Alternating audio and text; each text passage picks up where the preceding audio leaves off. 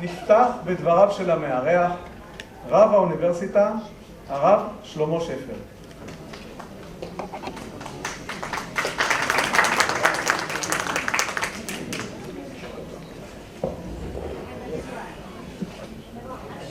שלום לכולם, משפחת קפח היקרה, רבנים, מרצים, חברים, ואנשים שדמותם של הרב והרבנית יקרה להם ומשמשת להם כמקור של השראה ולימוד. כבוד גדול לנו באוניברסיטה להיות שותפים לכל דבר, כנס או ספר שקשורים ברב וברבנית. ולא רק בגלל שהרב קפח היה מגדולי התורה שבדור, תלמיד חכם עצום, וכבוד התורה יקר לנו מאוד, אלא האמת שהרב קפח, אני אתחיל בו, הרב קפח גם היה קשור מאוד לעולמה של האוניברסיטה בדרכו ובהליכותיו. חוקר, הוציא ספרים, מהדורות. ברוך הבא, מורנו הרב רצון הרוסי, שליטה.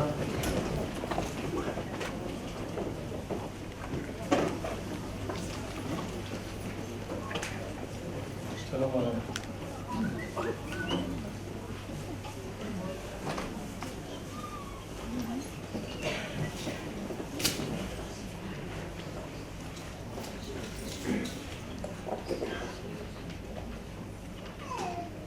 אני חוזר ואומר שזכות לנו באמת לארח את הכינוס הזה. ואמרתי לא רק בגלל גדלותו של הרב קפח, אלא גם כי בדרך חייו, במחקריו, בכתיבתו, הוא היה קשור מאוד לעולם המחקר של חכמינו. בכתבים הגדולים שלו הוא העשיר גם את החוקרים שלנו, את התלמידים שלנו, כמו את כל העולם כולו. אבל אני חושב על החמד ואני רוצה לומר משהו. הרי אי אפשר לקחת מהרב קפח את הכל. אי אפשר לקחת מגדול בתורה את הכל. הרי כל אדם יש לו כוחות מוגבלים. כשאתה רוצה ללמוד מדמות כל כך גדולה, אתה לוקח משהו שבאמת קרוב ללבך. לוקח משהו שביכולות שלך. ואני חושב, אם הייתי מדבר עם סטודנטים וחוקרים באוניברסיטה על הרב קפח, הרי שבוודאי הייתי אומר להם שהמחקר שלו והכתיבה שלו והתורה שלו הוא דבר שהם צריכים ללמוד ממנו. על כתבי יד, על דפוסים, על ביקורת, על כתיבה מהירה, על הספק עצום, והיינו מדברים עליו כחוקר, ככותב, כגדול בתורה. וכמו שהאוניברסיטה, כאשר היא נתנה את התואר דוקטור לשם כבוד, והשם זיכה אותי להיות צמוד אליו בטקס הזה, באותם שעות שזה היה, ואני זוכר היטב את התנהגותו, את נאומו, הדברים הרציונליים שהוא אמר, גם כלפי האוניברסיטה, ככה באיזה ביקורת אפילו ככה קטנה, אבל חדה מאוד. אז מה כתבנו עליו? כתבנו,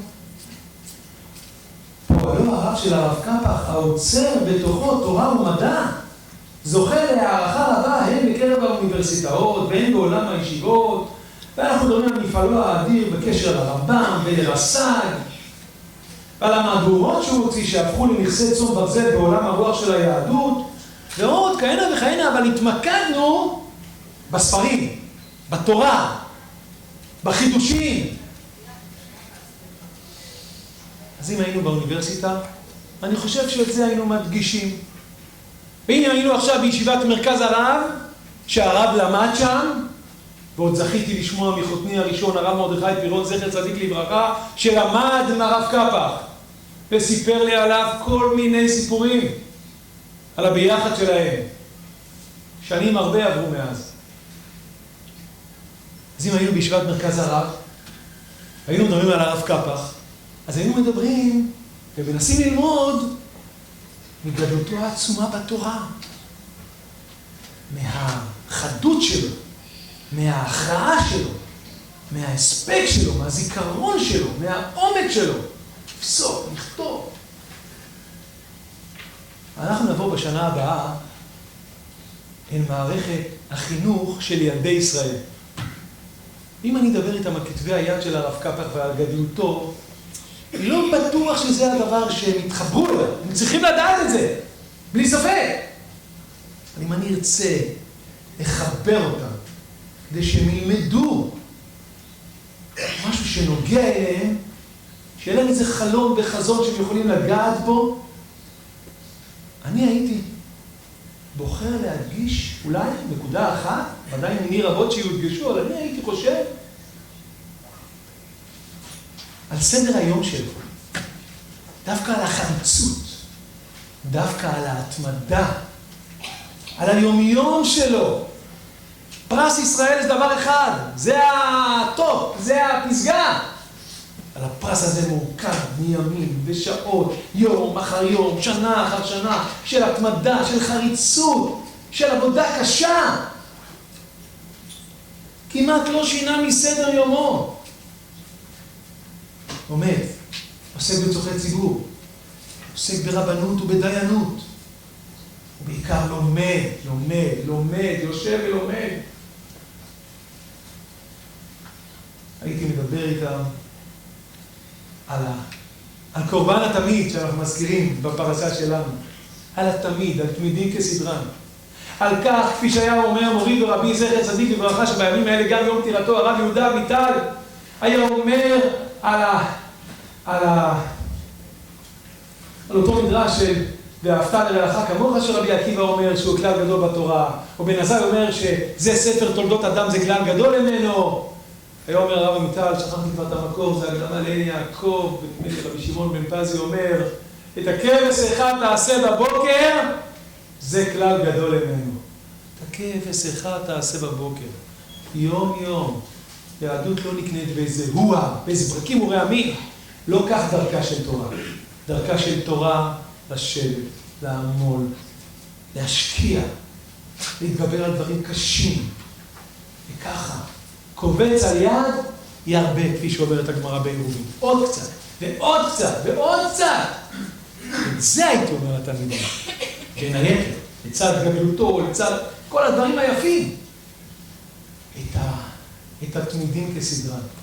את העבודה הקשה שיש לעמוד כדי לצמוח ולהיות גדול בתורה.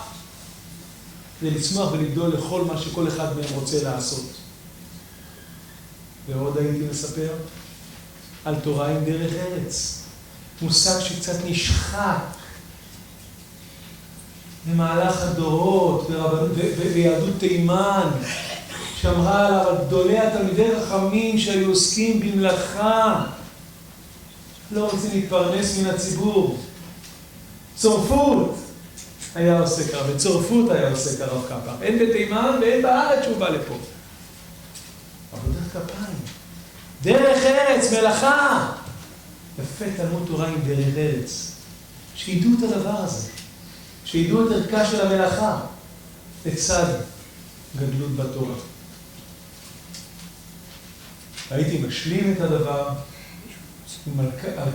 עם הרעיון הזה שהתורה הגדולה הזאת יש לאשתו החשובה, נשים באוהל תבורך עליה השלום, על העזרה של אישה, על הרצון שלה להיות שותפה, על החסד העצום, שתורה אמיתית זה תורה של חסד.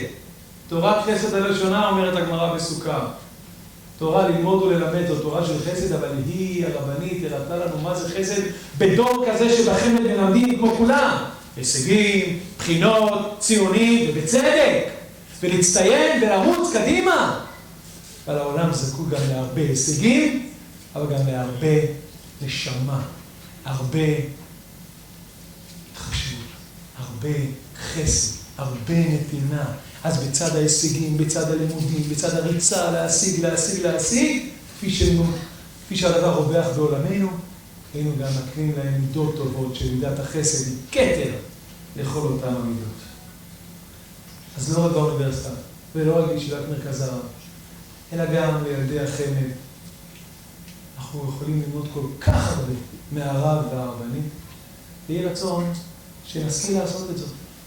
וישכילו המחנכים, המורים והמורות, המחנכים, המחנכות, וכל מי שיש לו עסק בזה, לקחת את השנה הבאה, ולתת את הערך המוסף המיוחד לילדי וילדות ישראל, לתת להם כל כך הרבה דברים מעולמה של תורה, כפי שהם באו לידי ביטוי בעולמם ובחייהם של הרב והרבנית קרפ"ח. תהא נשמתם צרורה בצרור החיים. אמן.